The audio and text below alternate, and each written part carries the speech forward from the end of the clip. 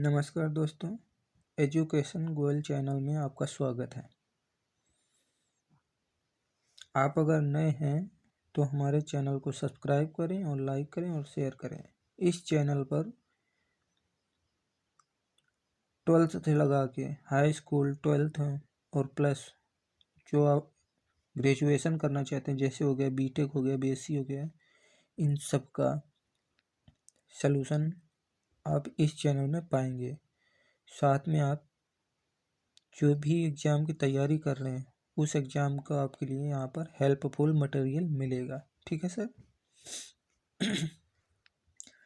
तो आज हम आपके सामने सीटिंग अरेंजमेंट लाए हैं बैठने की व्यवस्था पर।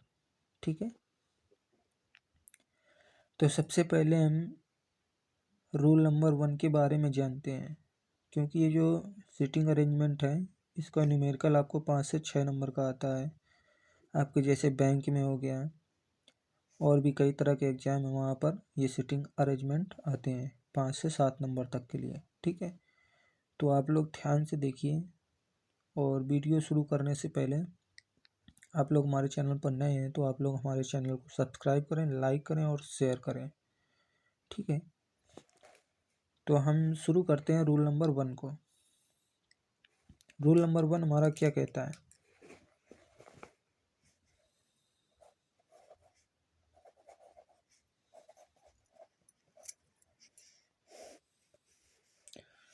रूल नंबर हमारा कहता है, जो पहला इसका स्टेप है वो ये है, क्लोज। क्लोज क्या होता है? क्लोज होता है ऑल द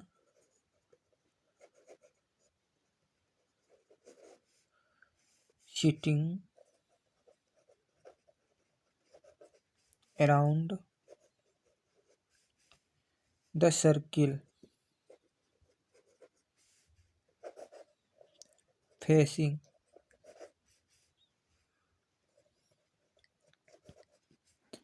इसका मतलब ये हुआ all the sitting around the circle facing circle. इसका मतलब ये हुआ कि अगर हम सर्किल की ओर देख रहे हैं तो उसका मतलब यही हुआ कि सर्किल की ओर देख रहे हैं तो उसको हम फेसिंग सर्किल कहते हैं।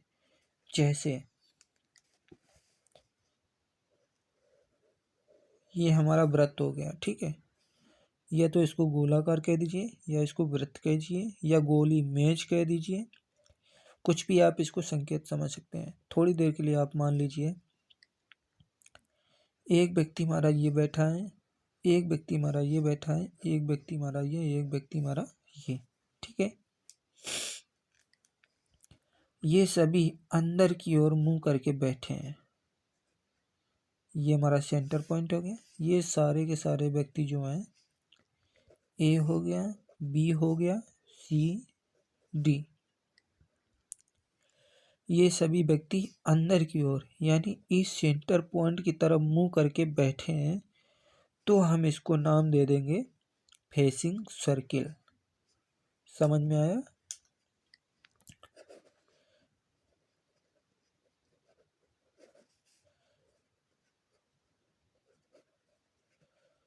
फेसिंग सर्किल नाम इसको दे देंगे। अगर सेंटर की तरफ, यानी अगर कोई कह दे कि एक मेज के चारों ओर 5 दोस्त बैठे हैं और वो सभी अंदर की ओर मुंह करके बैठे हैं, समझ गए? या तो बोल दे कि अंदर की तरफ फेस किए हुए बैठे हैं, तो ये डायरेक्शन हमारी इस तरह से बनेगी। ठीक, तो इसको हम बोलते हैं क्लोज।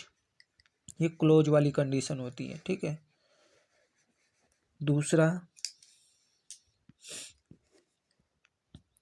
दूसरा रूल क्या होता है?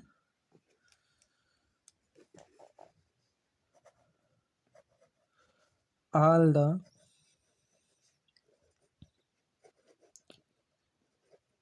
Sitting around the circle of the circle opposite of the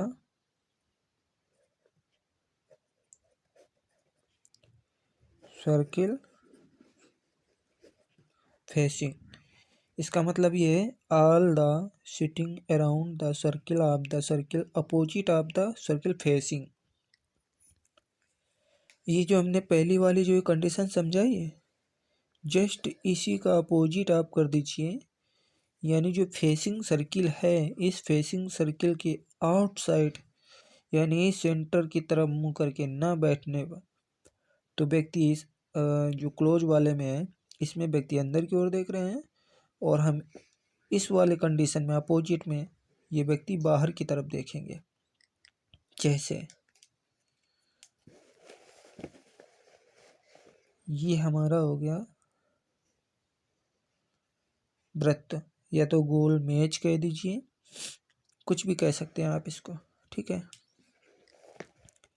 एक व्यक्ति हमारा ये बैठा है, एक व्यक्ति हमारा ये बैठा है, एक व्यक्ति हमारा ये एक ही है, ठीक है। ये सारे के सारे ये हमारा ये सेंटर पॉइंट है, ये सभी बाहर की ओर मुंह करके बैठे हैं,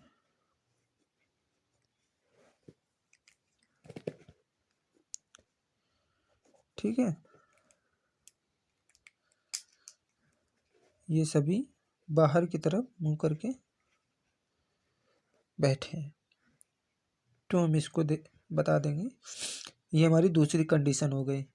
पहले कंडीशन में सेंटर की तरफ हमारे मुंह करके बैठे हुए थे व्यक्ति, दूसरी कंडीशन में व्यक्ति जो है ना सेंटर पॉइंट से आउटसाइड की तरफ देख रहे हैं यानी बाहर की तरफ। ये हमारी दूसरी कंडीशन हो गई। और तीसरी कंडीशन में क्या होता है,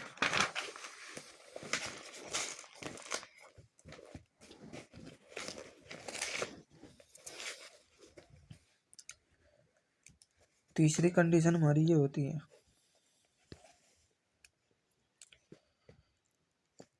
तीसरी कंडीशन को बोलते हैं मिक्स्ड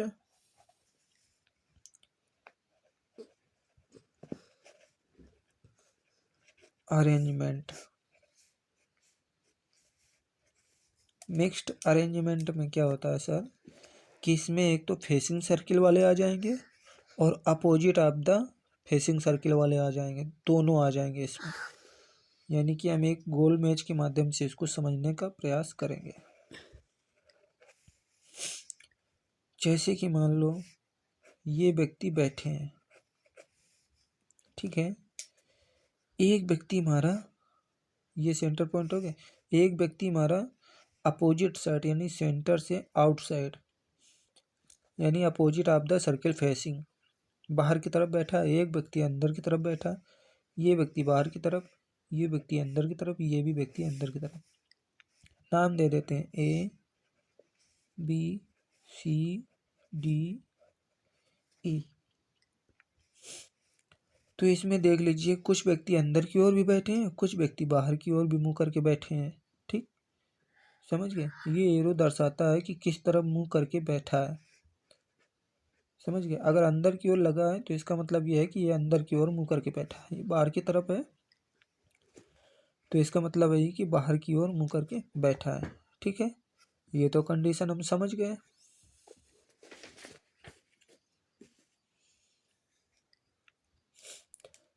अब देखिए कभी कभी न्यूमेरिकल में जब पेपर आता है, एग्जाम होता है, तो कभी कभी वहाँ पर किस तरह से पूछ लिए जाते हैं वहाँ पर, तो कुछ शब्द हमें ऐसे भी मिलेंगे, जैसे कभी भी बोल देता है लेफ्ट, राइट। इसका मतलब क्या होता है,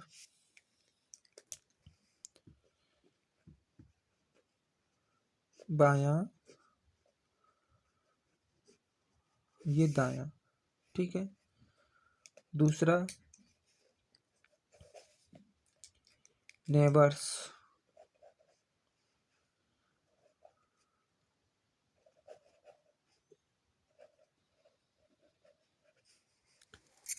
नेबर्स ये कभी कभी पड़ोसी,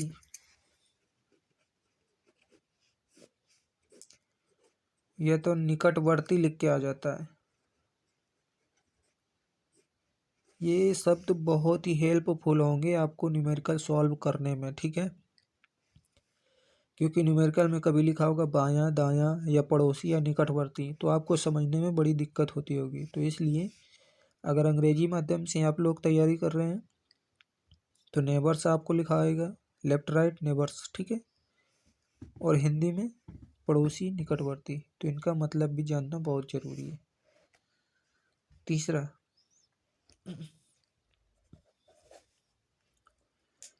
है बिटवीन। बिटवीन का मतलब होता है बीच में।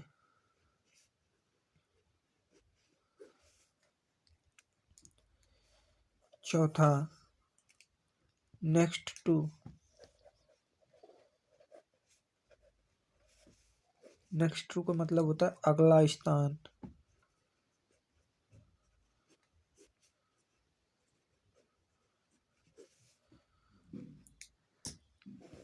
पाँच नंबर देख लीजिए, ये सारे के सारे न्यूमेरिकल से ही शब्द मिलेंगे, ठीक है। आपको जानना बहुत ही ज़रूरी है।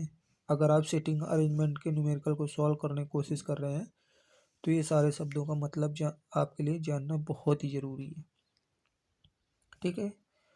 तो पाँच नंबर में क्या आता है हमारा, अपोजिट।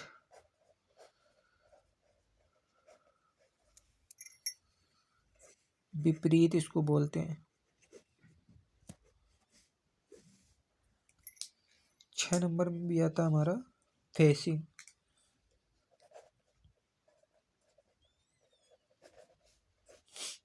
इसका मतलब होता है सम्मुख। कभी कभी सम्मुख भी लिख के आ जाता है न्यूमेरिकल में, ठीक है। अब सम्मुख भी नहीं आप समझ पा रहे होंगे, सम्मुख का मतलब क्या होता है।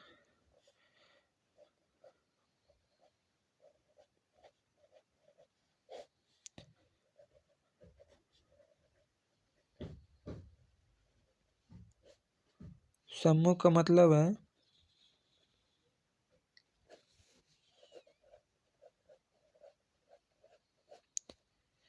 आमने सामने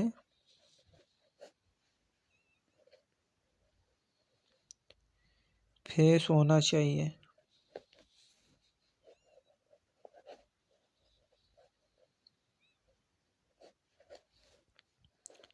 सम्मुख का मतलब होता है आमने सामने फेस होना चाहिए। जैसे आपको एक मेज की ओर समझाते हैं, जैसे हमारा एक व्यक्ति ये बैठा है, एक व्यक्ति ये बैठा है, एक व्यक्ति ये, एक व्यक्ति ये सभी अंदर की ओर मुंह करके बैठे हैं। ये सभी व्यक्ति अंदर की ओर। इनका नाम दे देते हैं थोड़ा सा, ए बी सी डी।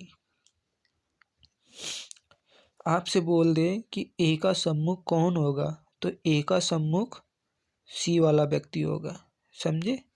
ए का सम्मुख सी वाला व्यक्ति, डी का सम्मुख बी वाला, या तो बी का सम्मुख डी या सी का सम्मुख ए। समझ गए इतनी बात, ठीक है। इतनी बात अगर आप समझ गए तो थोड़ा एक और डिस्कस कर लेते हैं।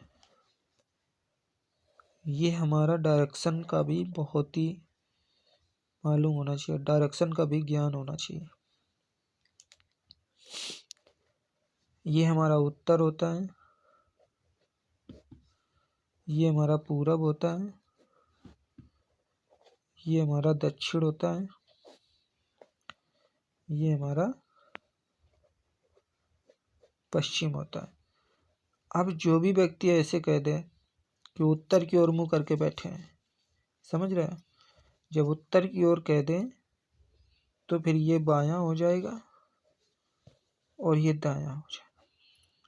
जस्ट इसका उल्टा कर दीजिए। जब व्यक्ति नीचे की तरफ, यानी ये पॉइंट है, इसका अगर नीचे देख रहा, बाहर की तरफ मुंह करके अगर बैठा है, तो ये मान लो इसका ये दायां बन जाएगा और ये बायां बन जाएगा, ठीक।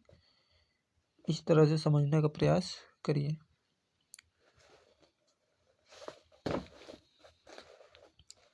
अब हम एक न्यूमेरिकल के माध्यम से हम आपको समझाते हैं।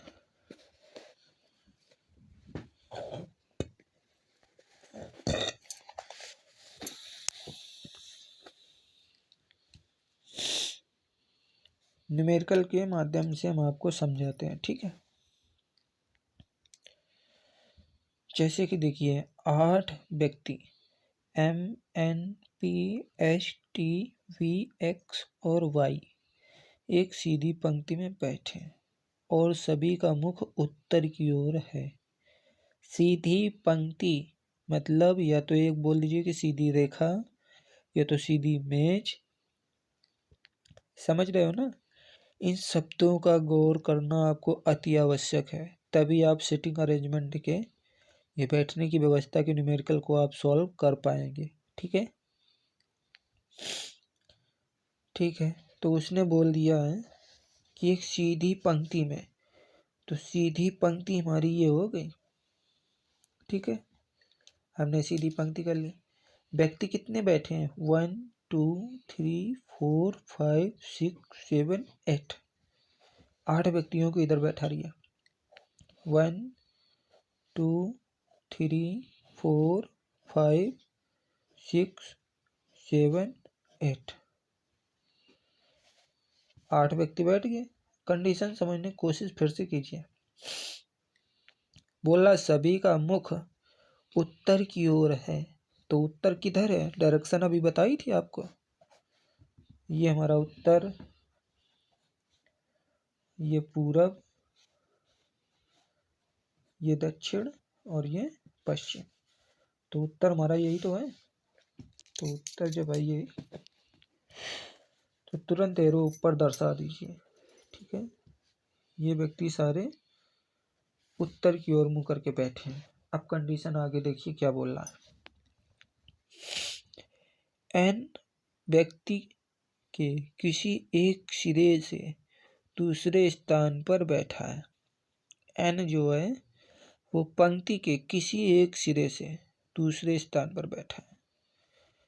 मान लिया ये पंक्ति है, किसी एक सिरे से दूसरे स्थान पर बैठा है, तो एन को हम मान लिया यहाँ पर बैठा लिया, ठीक है।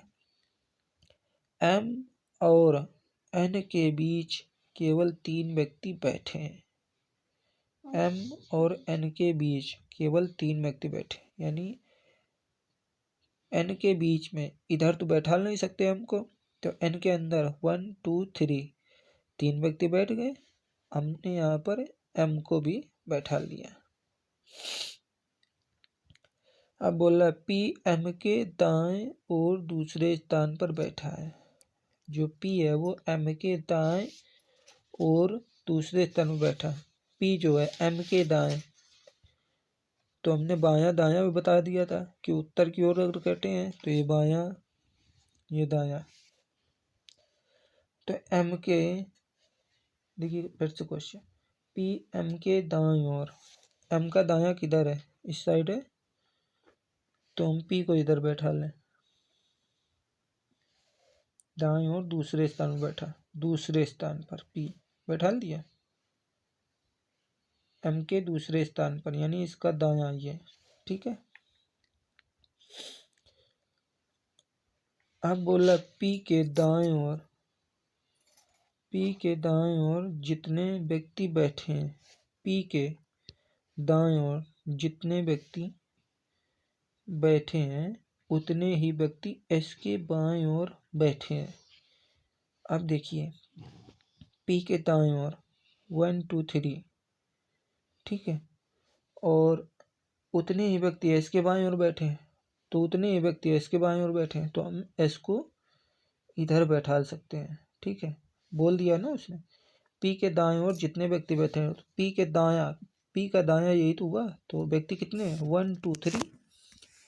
अब बोल रहा है एस के बाएं ओर उतने ही व्यक्ति बैठे हैं जितने पी के दाएं बैठे थे, तो इसके शायद 1 2 3, 3 इधर भी बैठ गए, 3 उधर भी बैठ गए, ठीक है। अब क्या बोल रहा, टी और एस के बीच केवल 3 व्यक्ति बैठे हैं। टी और एस के बीच, टी और एस के बीच केवल 3 व्यक्ति बैठे हैं।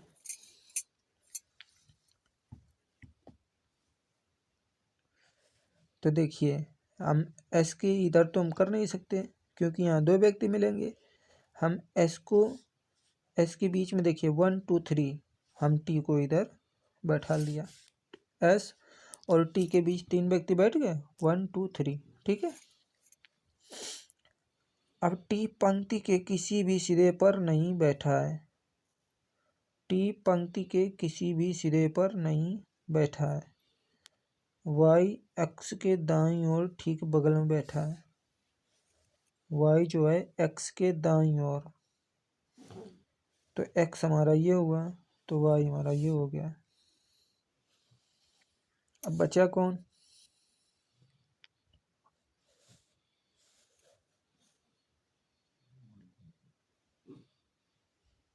वी बचा।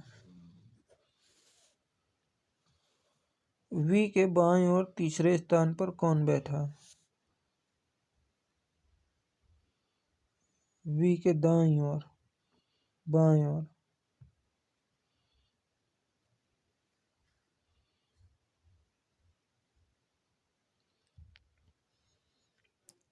अभी भी थोड़ा मिस्टेक हो रहा है, एक बार फिर से इसको लगाने की कोशिश करते हैं।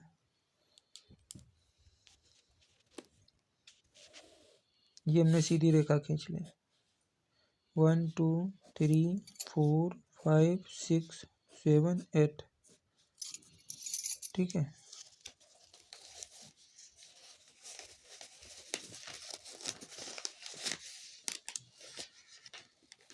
फिर से हम देखते हैं कोशिश करके।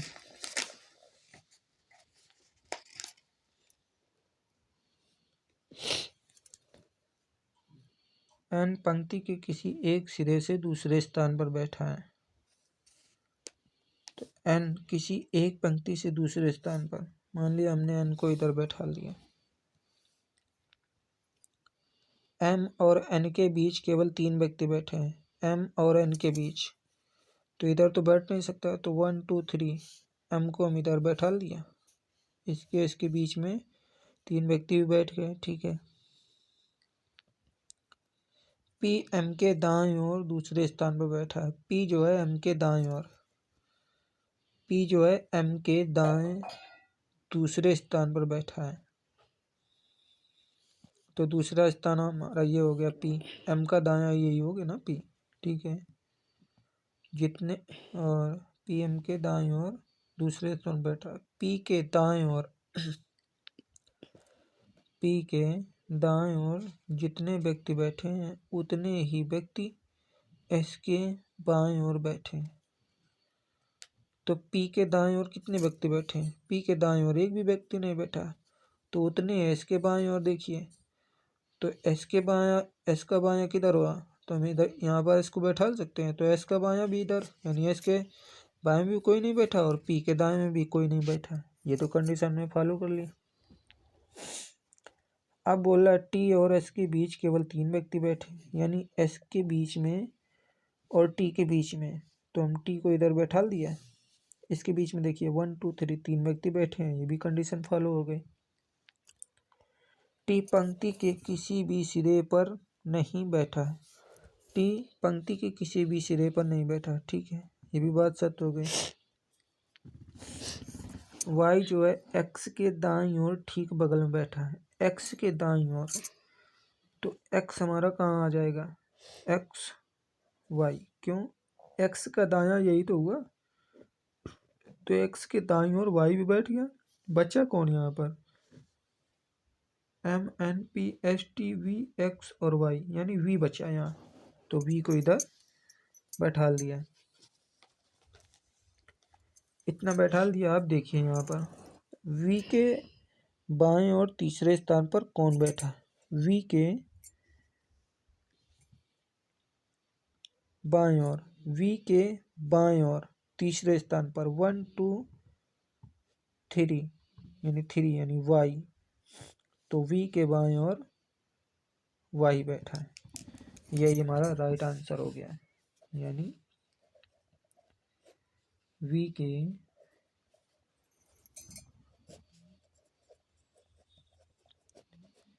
बाईं ओर वाई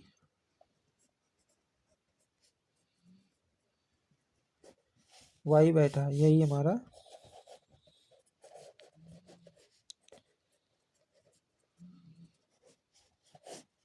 राइट आंसर हो गया। ठीक है, अब हम देखते हैं दूसरा क्वेश्चन।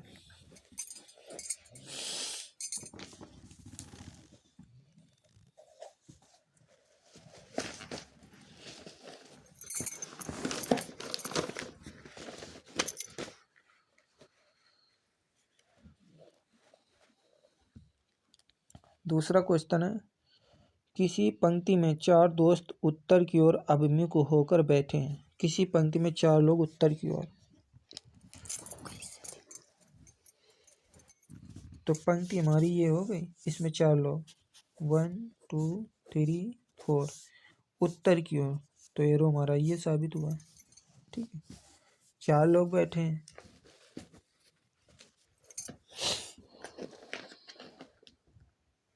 चार लोग बैठे हैं, कौन कौन बैठे हैं? ABCD,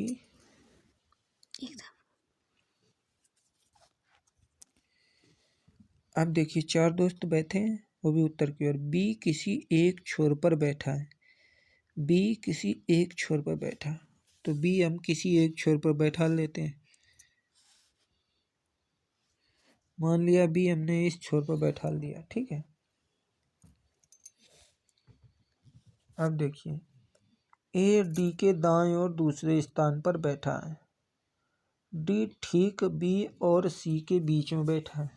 देखिए ये जो कंडीशन है, ये वाली, ये निश्चित कंडीशन है, यानी D ठीक B और C के बीच बैठा है। B हमने ये बैठा ला, तो और D कहाँ बैठा है? B और C के बीच में, तो हम यहाँ पर C, तो यहाँ पर D को बैठा दिया। ठीक है, अब बचा कौन यहाँ पर? A। अब देखिए ये हमने जितनी भी थी कंडीशन, ये सारी की सारी फॉलो कर ली। देखिए किसी पंक्ति में 4 दोस्त उत्तर की ओर अभिमुख होकर बैठे हैं। B किसी एक छोर पर बैठा है, B किसी एक छोर पर बैठा है, बैठ गया। ठीक है, B एक छोर पर बैठ गया। अब देखिए A D के दाएं और दूसरे स्थान पर बैठा है। A जो है D के दाएं और, D का दायां इधर ही तो हुआ, ये वाला दायां, दूसरे स्थान पर 1 2 A बैठ गया। D ठीक B और C के बीच में बैठा है। D जो है ठीक B और C के बीच में बैठा है। बोल रहा है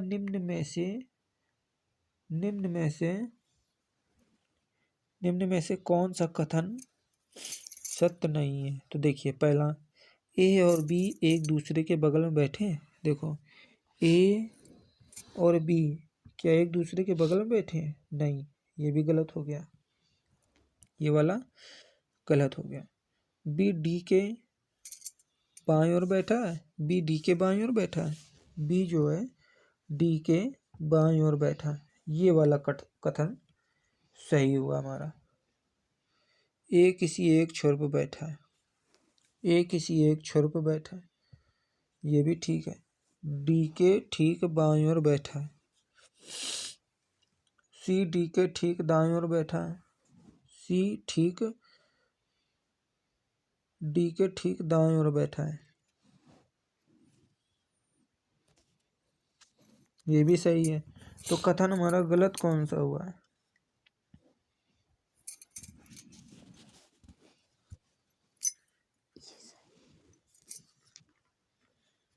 A किसी एक छोर पर बैठा। ठीक है,